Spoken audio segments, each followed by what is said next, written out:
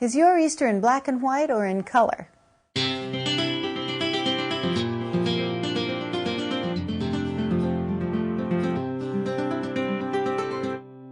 I was stuck this week trying to find something new to say about Easter. I thought, I meditated, I prayed, I even Googled.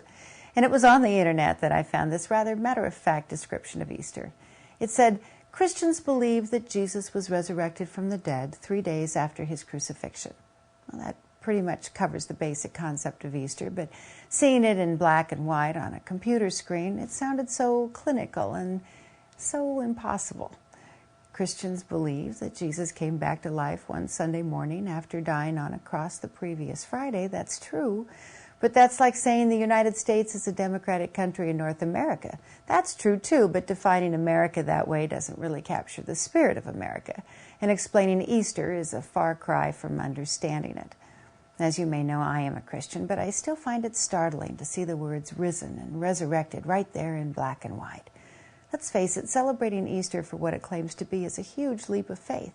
But then how many things in this world require leaps of faith? How many winters have we endured because we had complete confidence that spring would come? How many seeds have been buried with the unquestioned faith that they would break through into the light someday? How often has forgiveness offered a new beginning? How many times has love itself triumphed over human failure? Every day that I've been alive, the sun has set in the west, and I've gone to sleep with the absolute confidence that I would awaken to a sunrise in the east. Don't we see examples of life triumphing over death in one way or another every day? Some of them seem to follow the natural order of things, and some of them defy nature completely. And in fact, the longer I live, the more I realize that what science and logic call impossible is only impossible until it happens. Despite everything we know about life and death, there is a lot more that we don't know.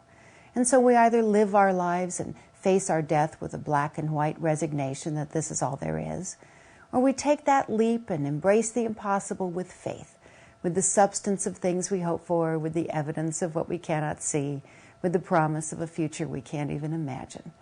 And so, like many before me, I have made that leap of faith, and I will tell you this, that first step is a doozy. It was like the giant, scary step that Indiana Jones takes into the abyss in The Last Crusade.